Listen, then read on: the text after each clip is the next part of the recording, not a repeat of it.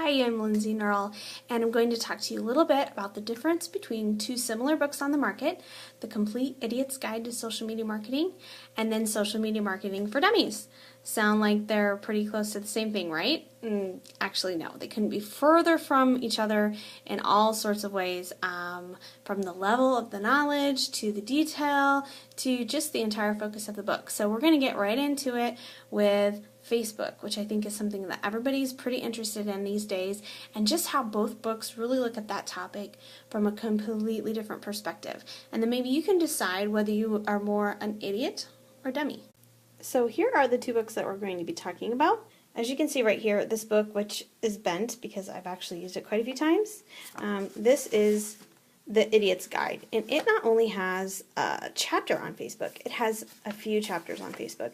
It goes into detail such as how to upload a profile photo, what types of things a business would want to do when uploading a photo, all sorts of little tiny tidbits that you may or may not know about Facebook, the ins and outs of an application. It really digs in on actually a pretty deep level as far as, including screenshots, definitions of terms.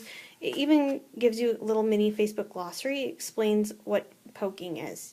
So if you ever get a Facebook poke, you can look in this book and get an idea. So it's not just even a marketing book, it's an in and out of Facebook. Of course, one of the downsides of something so detailed is that Facebook is constantly changing, and they've just come out with another update, which means that some of the terms in this book may or may not be relevant by the time you read it. But I think that the general ideas and the basic setup for the Facebook instruction hasn't changed all that much, and I think you can still get quite a bit out of it.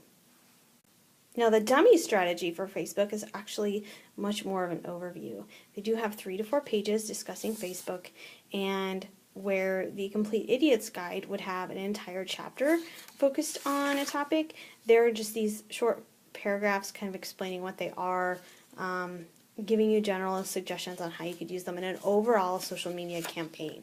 Again, assuming that you have a background in marketing, that you are familiar with marketing terms, and that you're just going to be substituting some of the basic direct mail campaigns or TV advertisement, radio advertisement with Facebook as a more of an interchangeable type of approach. Things that I love about the Idiot's Guide. Absolutely love that there's a time strategy section in the back. It basically acknowledges that social media marketing takes up tons of time if you're not super efficient. And so it gives you a sample timeline for somebody in social media marketing as far as what time of day to check your Twitter, how long to be on Facebook, kind of a day in the life of a social media marketer. There's a nice glossary in the back with some added terms and then additional resources that you can refer to kind of get up-to-date extra applications, tools, and hints as the book starts to age itself.